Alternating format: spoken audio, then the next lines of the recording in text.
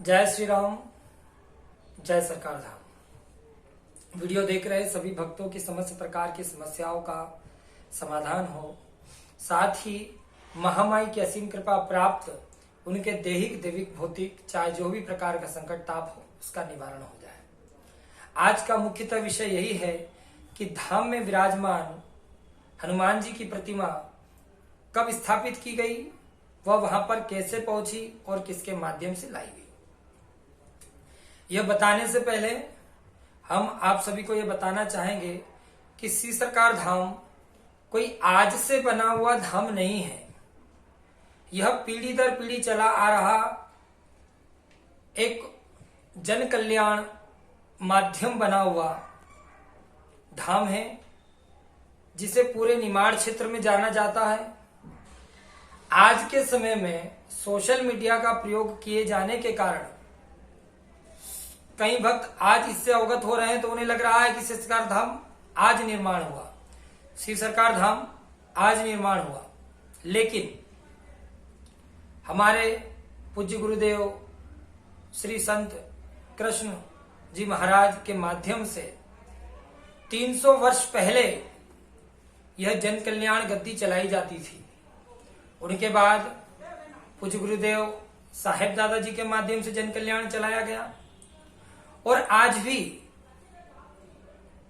धाम से 3.5 से 4 किलोमीटर दूर श्री कृष्णदास महाराज जी पूज्य गुरुदेव दादा जी की समाधि आज भी विद्यमान है और आज भी कई संख्या में लोग वहां जाकर के दर्शन लाभ लेते हैं। उनके बाद साहेब दादा जी ने इस गद्दी को चलाया, इस गद्दी को संभाला और उनके माध्यम से इतने अलौकिक कार्य किए गए हैं जो आज भी निमाड़ क्षेत्र में विद्यमान हैं। धाम से 13 से 14 किलोमीटर दूर पहाड़ पर पूज्य गुरुदेव दादाजी के माध्यम से झील बनाई गई, जिसमें पूर्णतः शक्ति कृपा से पहाड़ के ऊपर से पानी को निकाला गया।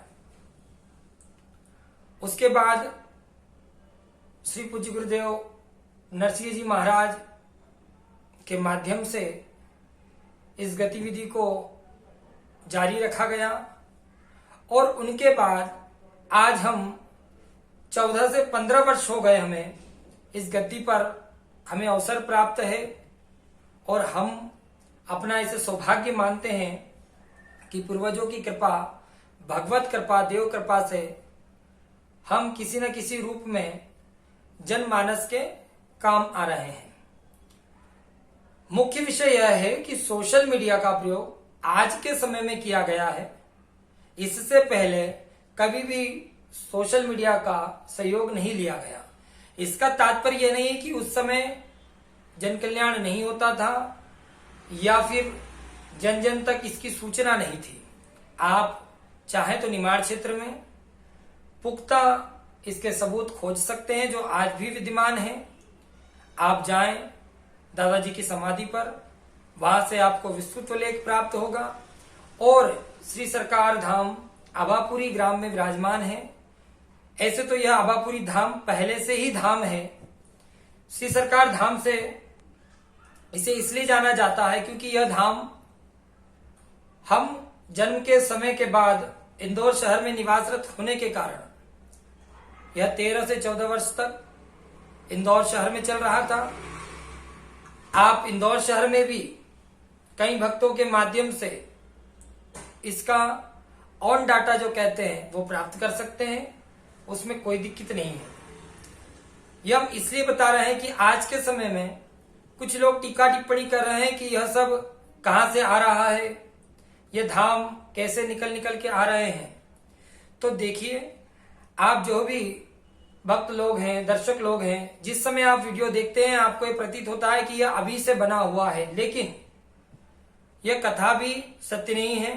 कभी भी किसी भी धाम के विषय में इस प्रकार की टीका टिप्पणी नहीं करनी चाहिए।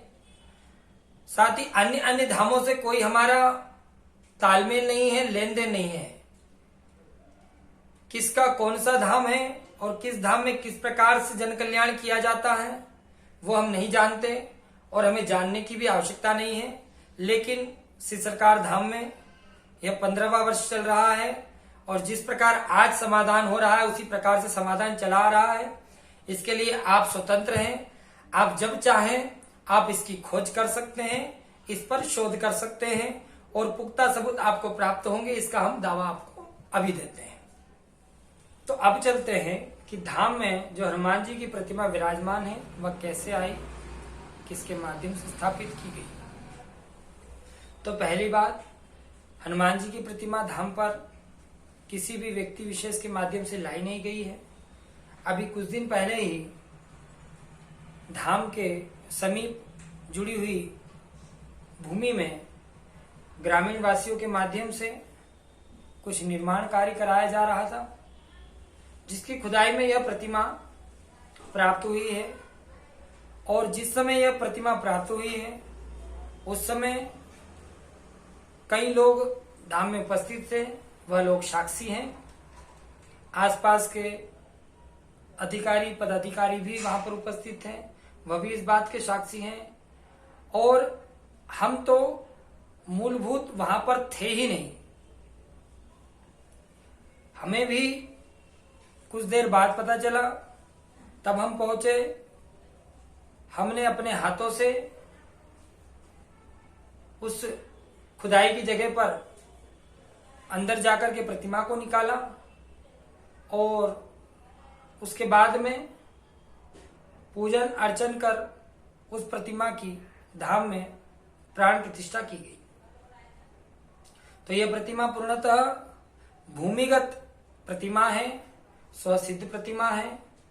और इस प्रतिमा के दर्शन मात्र से ही आपको आनंद की प्राप्ति होती है, आत्मिक संतुष्टि प्राप्त होती है। साथ ही जिस भी प्रकार का कोई ताप होता है वह दूर हो जाता है। और जिन भी भक्तों पर ऊपरी बाधा, दैहिक बाधा या जो भी अन्य प्रकार की कोई अवांछित क्रियाएं होती है वह तुरंत उनके ऊपर आकर के वहां पर हाजिर हो जाती है। तो आगे आप सभी का यह विषय बनता है, क्योंकि हम बार बार इस विषय पर सभी को समझा नहीं सकते, सभी को बता नहीं सकते। आगे आप स्वतंत्र हैं, परमात्मा इसके साक्षी हैं और आप स्वयं शोधकर्ता, खोजकर्ता बने और जांचें। जय श्री राम, जय सरकार धाम।